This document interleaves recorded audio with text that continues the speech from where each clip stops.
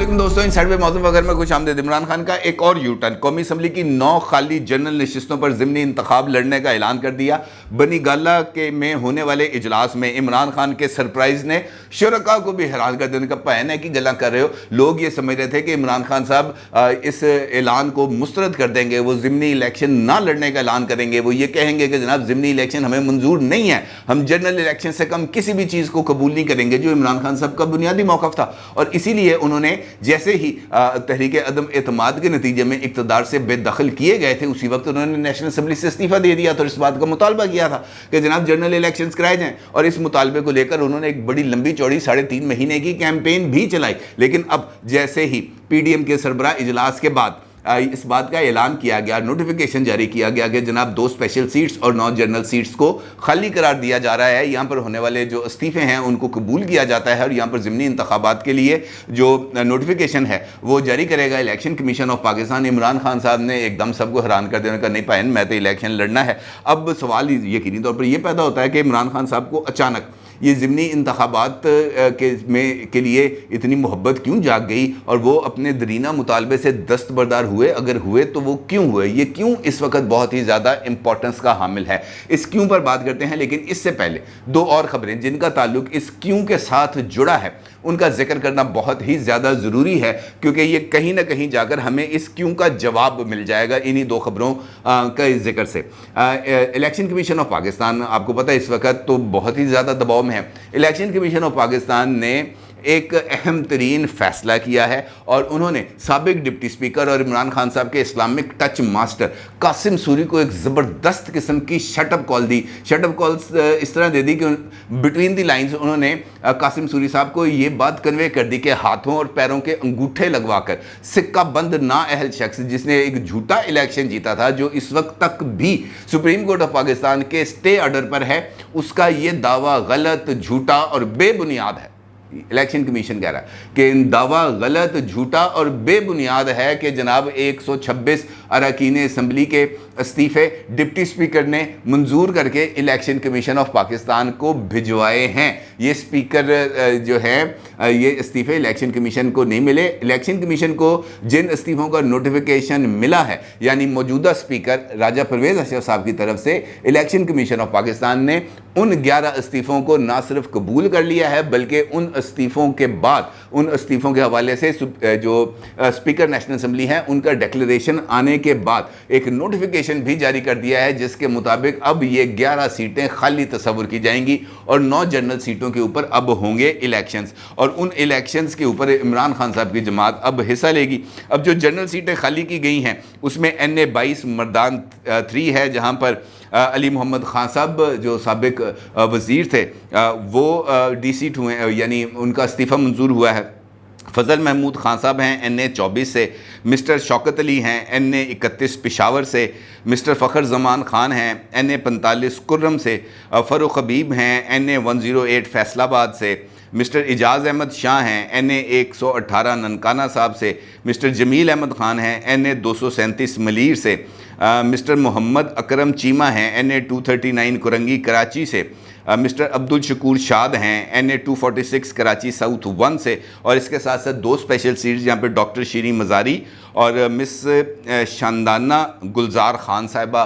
منتخب ہوئی تھیں، ان کے بھی استعفوں کو منظور کر کے ان کی بھی نشستوں کو خالی قرار دے دیا گیا ہے۔ اب ہوگا کیا؟ ہوگا یہ کہ ان سیٹوں کے اوپر الیکشن کمیشن آف پاکستان ضمنی انتخابات کا شیڈول اناؤنس کرے گا۔ یہ جیسے ہی ضمنی انتخابات کا شیڈول اناؤنس ہوگا، کاغذات نامزدگی ہوں گے، اس کے بعد دیگر جو پروسیس ہے وہ چلے گا، پھر الیکشن کیمپین چلے گی، اور الیکشن کیمپین کے اندر عمران خان صاحب اور موجودہ حکومت اپنے اپنے مسئلے دیکھے گی۔ اب یہ پہلے تو یہ سوچا جا رہا تھا کہ پنجاب کے اندر ہی یہ سارے کا سارا الیکشنز کا جو دباؤ ہے وہ آئے گا، لیکن یہاں پر پنجاب میں صرف 2 سیٹیں ہیں، یعنی فیصل آباد اور ننکانہ صاحب، جہاں سے فاروق حبیب اور بریگیڈیئر ریٹائرڈ اعجاز شاہ کی سیٹ خالی ہوئی ہے، یہاں پر الیکشن ہوں گے۔ باقی جو ہے وہ KPK میں اور جو ہے کراچی سندھ، وہاں پر یہ الیکشن ہوں گے، لہٰذا ایک نئی سچویشن ڈیولپ ہو گئی ہے۔ اب یہ سب کچھ اس سینیریو میں ہو رہا ہے جہاں پر حکومتی حلقوں کی طرف سے اس بات کا دعویٰ کیا جا رہا تھا کہ ضمنی انتخابات کو بھول جائیں، جنرل الیکشنز کی تیاری کریں، جنرل الیکشنز کے لیے ماحول بن چکا ہے۔ اب یہ جو ماحول جنرل الیکشنز کے لیے بن رہا ہے، یہ اپنی جگہ پر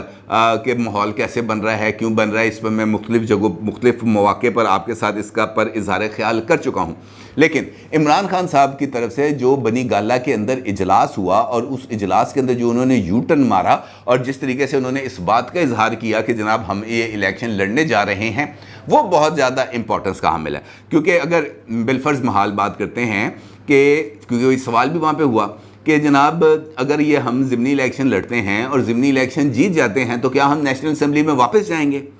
کیا ہم حلف لینے کے لیے جائیں گے؟ تو عمران خان صاحب نے کہا نہیں، حلف لینے کے لیے جانے کی کیا ضرورت ہے، وہ جو ہم نے قانون بنایا تھا، وہ جو آرڈیننس ہے وہ لیپس کر گیا ہے. جس طریقے سے چودھری نثار علی خان صاحب نے سیٹ جیتی تھی اور وہ تقریباً 3 سال تک انہوں نے حلف نہیں اٹھایا تھا، تو آپ نے بھی سیٹ جیتنی ہے، آپ نے حلف نہیں اٹھانا. ہاں یہ ضرور ہو سکتا ہے کہ کسی موقع پر ہمیں نیشنل اسمبلی میں کوئی ٹوکن ریپرزنٹیشن کرنی پڑے، خاص طور پر اس وقت جب نئی حکومت کے حوالے سے یا نگران حکومت کے حوالے سے الیکشن کمیشن کی تشکیل کے حوالے سے کچھ بات چیت کے عمل کا آغاز ہو، تب ہم نیشنل اسمبلی کے اندر اپنی ٹوکن ریپرزنٹیشن کر سکتے ہیں اور اس ریپرزنٹیشن کے ذریعے ہم اس عمل میں، یعنی وہ جو مشاورتی عمل ہے، اس کا حصہ بن جاتے ہیں. تو پھر سوال یہ پیدا ہوتا ہے کہ جناب ابھی بھی آپ کے پاس نیشنل اسمبلی کے اندر آپ کے چونکہ استعفے منظور نہیں ہوئے، ابھی بھی آپ کے پاس تقریباً 117 یا 116 کے قریب سیٹیں باقی بچ جاتی ہیں، 114. تو کیا ضرورت ہے کہ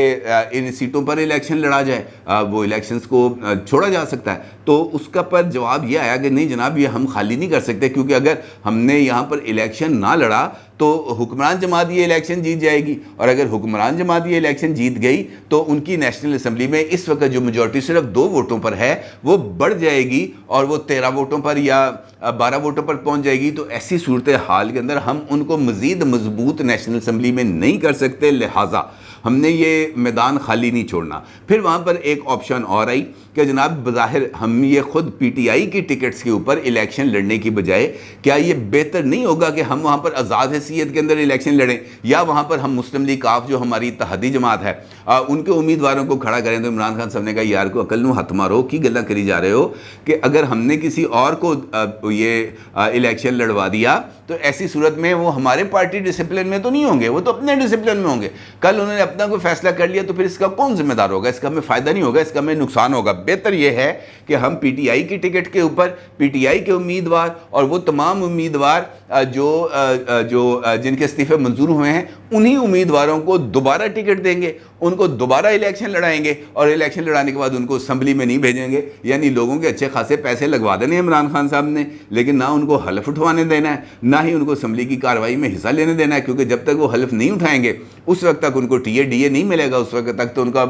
جو ہے سسٹم نہیں چلے گا. تو یہ ایک عجیب و غریب سی صورتحال ہے. لیکن عمران خان صاحب کے ذہن کے اندر میرا خیال ہے کچھ اور گیم ہے. وہ یہ سمجھتے ہیں کہ ان انتخابات کے اندر حصہ لینے سے انہیں ایک مرتبہ پھر لوگوں کے پاس جانے کا بہانہ مل جائے گا، لوگوں کے سامنے اپنا بیانیہ ایک مرتبہ پھر رکھنے کا موقع مل جائے گا، انہیں ایک مرتبہ پھر اپنے آپ کو اسٹیبلش کرنے کا اور ری بوسٹ کرنے کا موقع مل جائے گا، جو اس وقت پنجاب کے اندر جیت کے بعد چودھری پرویز الہی صاحب کو چیف منسٹر بنانے کے بعد تعطل آ گیا ہے. لہٰذا یہ ڈیڈ لاک ان کے بیانیے کو کمزور کر سکتا ہے، اور خاص طور پر یہ سب کچھ اس موقع پر ہو رہا ہوگا جب ممکنہ طور پر فارن فنڈنگ کیس کا فیصلہ آنے والا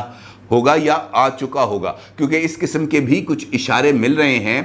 کہ نیکسٹ ویک کے اندر منڈے یا ٹیوزڈے کو ممکنہ طور پر یہ ممنوعہ فنڈنگ کیس یا فارن فنڈنگ کیس کا فیصلہ آنے والا ہے، اور اس حوالے سے کچھ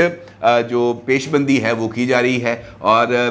اطلاعات ہیں کہ جناب یہ فیصلہ ہے. اور اس بات کا انکشاف سابق سیکرٹری الیکشن کمیشن کنور دلشاد صاحب نے ایک ٹی وی انٹرویو میں بھی کیا ہے، اور ان کا یہ کہنا ہے کہ ممکنہ طور پر 2 یا 3 اگست کو فارن فنڈنگ کیس کا فیصلہ آ جائے گا. اور عمران خان صاحب کے حوالے سے اس قدر شواہد موجود ہیں کہ اس فیصلے کے خلاف اگر عمران خان صاحب سپریم کورٹ آف پاکستان میں بھی جائیں گے تو وہ اس فیصلے کا کوما اور فل سٹاپ بھی چینج نہیں کر سکیں گے. یہ کنور دلشاد صاحب نے بہت بڑا دعویٰ کیا ہے. اب اگر ہم سپریم کورٹ آف پاکستان کی بات کریں تو وہاں پر بھی ایک صورتحال بہت ہی زیادہ دلچسپ پیدا ہو گئی ہے، کیونکہ جوڈیشل کمیشن کا جو اجلاس ہوا تھا جہاں پر ججز کی اپوائنٹمنٹ کی جانی تھی، وہ اجلاس اب اپنے اندر ہی ایک تنازع لے کے کھڑا ہو گیا ہے، کیونکہ اس سے پہلے جسٹس قاضی فائز عیسیٰ صاحب کی طرف سے یہ بات سامنے آئی تھی، بلکہ اس سے پہلے یہ خبر سامنے آئی تھی کہ وہاں پر 4-5 کے ریشو کے ذریعے جو نامینیشنز تھی ججز کی وہ مسترد کر دی گئی، لیکن اس کے بعد سپریم کورٹ آف پاکستان کے ترجمان کی طرف سے جو پریس ریلیز جاری کی گئی اس میں یہ بات کہی گئی کہ جناب یہ نامزدگیاں مؤخر ہوئی ہیں، اجلاس مؤخر ہوا ہے، اس کے اندر کوئی حتمی فیصلہ نہیں لیا گیا، جس کے بعد جسٹس قاضی فائز عیسیٰ صاحب نے ایک خط تحریر کیا chief justice of Pakistan mister justice Umar Ata Bandial کو، جس کے اندر یہ بات کہی گئی کہ جناب یہ کس طرح ہو سکتا ہے کہ یہ جو ترجمان ہے سپریم کورٹ کا یہ آپ سے پوچھے بغیر یہ اس قسم کی پریس ریلیز جاری کر دے، جبکہ اس اجلاس میں تو واضح طور پر یہ جو فیصلہ تھا یہ 4-5 کی ریشو سے آیا تھا، اور اس کے بعد یہ جو اقدام ہے یقینی طور پر یہ غلط ہے، بلکہ انہوں نے مطالبہ کیا رجسٹرار سپریم کورٹ سے کے ذریعے کہ جناب اس اجلاس کے جو منٹس ہیں وہ جاری کیے جائیں لوگوں کو۔ اس کے اوپر کسی قسم کا کوئی رد عمل نہیں آیا۔ پھر ہوا یہ کہ آج ایک اور معزز جج صاحب جو اس جوڈیشل کمیشن کے ممبر ہیں جسٹس طارق مسعود صاحب، ان کی طرف سے بھی ایک خط آ گیا ہے سامنے، اور جو انہوں نے chief justice of Pakistan mister justice Umar Ata Bandial صاحب کو لکھا ہے، اور اس کے اندر بھی انہوں نے اسی طرح کی ایک پوری کی پوری صورتحال کی عکاسی کیا۔ انہوں نے بتایا کہ کس جج نے کس کو ووٹ دیا، کس جج نے کس کے خلاف ووٹ دیا، اور انہوں نے اس بات کا بھی مطالبہ کیا کہ اس وقت تمام چیف جسٹسز کے اندر سب سے زیادہ جو سینئر ہیں وہ ہیں مسٹر جسٹس اطہر من اللہ، اور اگر کسی کو اس وقت سپریم کورٹ میں ایلیویٹ کیا جانا چاہیے تو سب سے پہلے مسٹر جسٹس اطہر من اللہ کو سپریم کورٹ آف پاکستان میں ایلیویٹ کیا جانا چاہیے، لیکن جن کو دیدہ دانستہ طور پر یہاں پر ایلیویٹ نہیں کیا جا رہا، تو انہوں نے کہا کہ میں یہ مطالبہ کرتا ہوں کہ سب سے پہلے جسٹس اطہر من اللہ کو ایلیویٹ کیا جائے اور ان کو سپریم کورٹ آف پاکستان میں شامل کیا جائے، اور ساتھ انہوں نے جو اندر کی صورتحال ہے اس کی بھی عکاسی کی۔ ان کا یہ کہنا تھا کہ اس اجلاس کے اندر جب یہ ووٹنگ ہو گئی، سب نے اپنی اپنی وجہ بتا دی، تو ایک دم چیف جسٹس آف پاکستان انہوں نے الفاظ استعمال کیے ہیں کہ غیر جمہوری طور پر اور غیر معمولی طور پر انپریسیڈنٹلی اینڈ انڈیموکریٹکلی جو چیف جسٹس آف پاکستان ہیں وہ باضابطہ طور پر اجلاس کی کارروائی کو ختم کیے بغیر اٹھے اور ایڈجرن کا لفظ استعمال کرتے ہوئے اجلاس کی کارروائی سے باہر چلے گئے، اور ان کے اٹھتے ساتھ ہی جو ان کے ساتھی جج تھے مسٹر جسٹس اعجاز الاحسن وہ بھی اٹھے اور وہ بھی کارروائی سے باہر چلے گئے، اور جس کا مطلب یہ ہے کہ انہوں نے یہ ججز کا واضح فیصلہ آنے کے باوجود اس اجلاس کا لیے جو لفظ استعمال کیا وہ ایڈجرن کا لفظ استعمال کیا، جس کے اوپر ان کی طرف سے بھی شدید تحفظات سامنے آ رہے ہیں، اور یہ جو اس وقت کی سچویشن ہے یقینی طور پر یہ عدلیہ کے لیے کچھ زیادہ اچھی چیز نہیں ہے، کیونکہ وہ انصاف جہاں سے لوگوں کو ملنا ہے وہ اگر منصف آپس میں ہی تقسیم ہو جائیں گے تو اس کے جو نتائج ہیں یقینی طور پر وہ اچھے نہیں ہوں گے، پائیدار نہیں ہوں گے، اور اس کے نتیجے میں ایک انریسٹ کریٹ ہوگا جو کم از کم اس وقت افورڈ نہیں کیا جا سکتا۔ اور اس کے ساتھ ساتھ اگر ایک